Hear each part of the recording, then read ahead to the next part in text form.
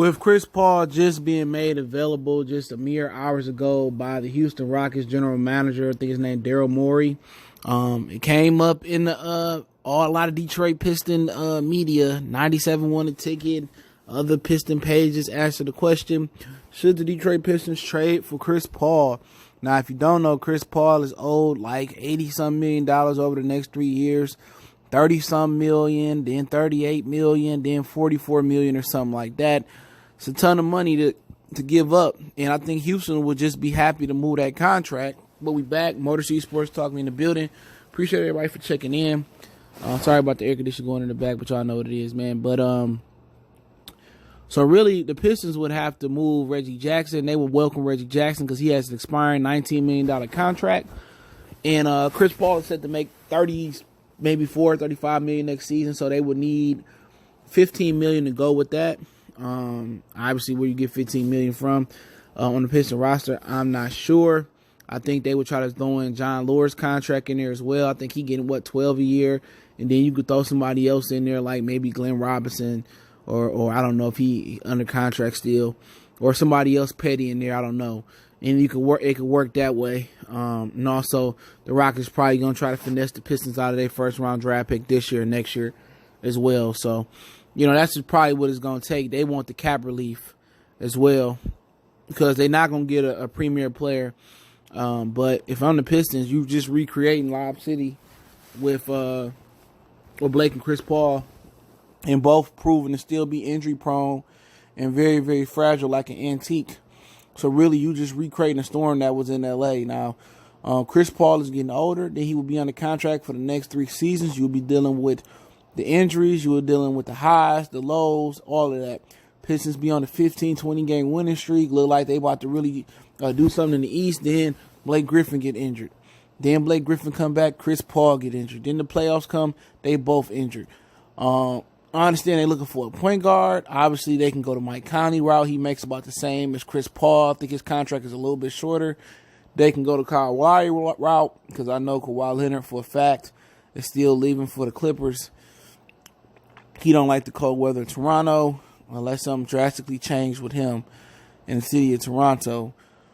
So, you'll have Kyle Lowry available. I mean, you might get a run at Lonzo Ball, somebody younger, stronger, more durable.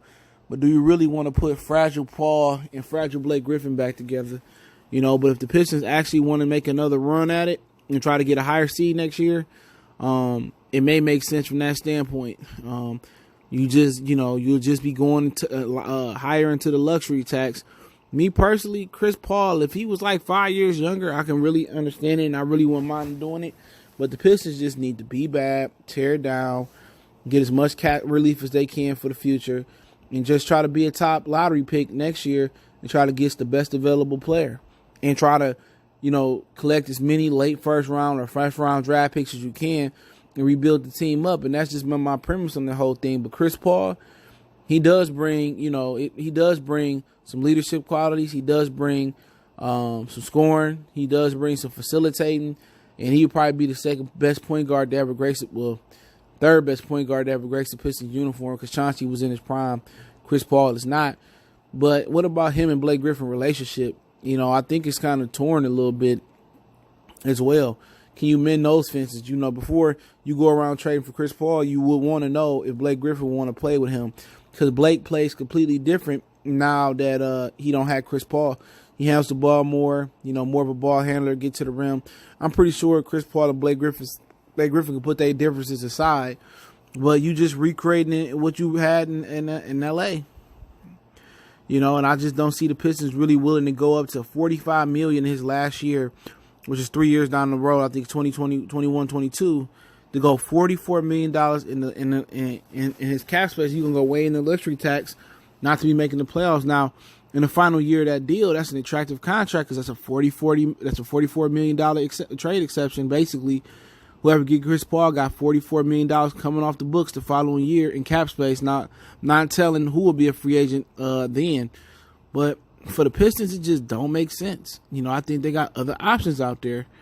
But if they choose to do it, I will understand because they just don't want to admit that they need to tear it down and rebuild and the Pistons have been rebuilding on the fly ever since they traded Chauncey for Ellen. Matter of fact, ever since Ben Wallace left, they've been trying to rebuild on the fly and throw something makeshift together, and it's just not working. And then through Joe Dumars, through Jordan Bauer, Stan Van Gundy, and now through Ed Stefanowski and Malik Rose, and then one of the assistant GMs, he left for the Minnesota Timberwolves the other day. I don't know the significance of him, but they need to start rebuilding on the fly. It's time to just tear it down, be bad, get some top talent here through the draft. Nurture them, raise them through the NBA, and then just continue to build it that way. And then, by the time you on the rise, a lot of those top guys will be on the fall. But if they want to makeshift something again, throw some shit together, and throw some leftovers in the oven, we all know how it's going to end. Chris Paul getting injured, Blake Griffin getting injured. The Pistons might barely make the playoffs again. So for me, it sounds like Kyrie could be coming to Brooklyn, and Kevin Durant could be coming to the Knicks or Brooklyn. If Kyrie goes to Brooklyn, Kevin Durant comes to the Knicks, and it's gonna be tough. We definitely gonna have to be better than the Pacers, be better than Orlando this year, and the Chicago Bulls is coming. So that's a tough decision to make, because you're getting Reggie Jackson $19-20 million off the cap this year. But if they just want to throw some shit together and try to raise the value of the franchise so he can sell it or whatever he's trying to do, go for it. It'll be another stupid decision in Piston history. It's just going to set us back another 10 years, another 5-10 years. Instead of them saying, look here, man, the East is tough, the NBA is tough. Hey, man, let's just blow it up, right? Tear it down, be bad, ashes to ashes, dust to dust. Let's get some young talent in here. Let's stockpile draft picks. Let's get rid of Dre. Let's get rid of Blake Griffin. Let's get that cap off get the money off our cap. Try to collect some late first round draft picks. Build it through the draft. Be like Danny Ainge. Collect draft picks. Will and deal every year. And draft as much tap talent as we can. And then put veterans around them. And by the time Giannis on his way out of Milwaukee or they're on their way down, and everybody yells Victor Oladipo on them on their way down, and wherever else they fall in the East, Philly, Toronto, while they descending, we'll be ascending. But at the end of the day, these basketball people don't know what the fuck they doing. And the Pistons very may well try to go out there and get Chris Paul. And it's going to be another injury-prone player, another Reggie Jackson-type player, another has-been. And that's been a knock on the city of Detroit. With some of their sports teams, they like getting the old, washed-up players. That's what it is. They like the old, washed-up players, man. And they get guys here. They want to play guys while they're young. They get hot guys here when they old and try to get them to rekindle they flame here. And it rarely works out. They tried to get James Stewart here to replace Barry Sanders. He had one good 1,000-yard season. Didn't have another 1,000-yard rusher, I think, till Reggie Bush got here. You looking to get younger, quicker, faster. But, you know how the game goes. The Pistons looking for that quick hit. They looking for that Pookie from New Jack. Quick hit. But I'm thinking championship the way I'm trying to rebuild it. But there's no guarantee how to get a championship. There's no guarantee if they tank, they get one. But at least if you tank, at least it's cheaper on the pockets right now. But Chris Paul, once again, we know the Pistons and Tom Gore's in the business of putting asses in the seats. And they trying to really put asses in the seats downtown. And he's in the business of at least having a circus show. He'll take Lob City. He might fuck around and go out there and get DeAndre Jordan too. He'll take Lob City because people will come see it if they excited. But the Pistons will be going in reverse, getting older, getting more injury prone, need to be getting younger, more durable. But yeah, I'm against it. But I wouldn't be shocked if the Pistons did try. But I don't know if they got enough firepower to get what Houston will want.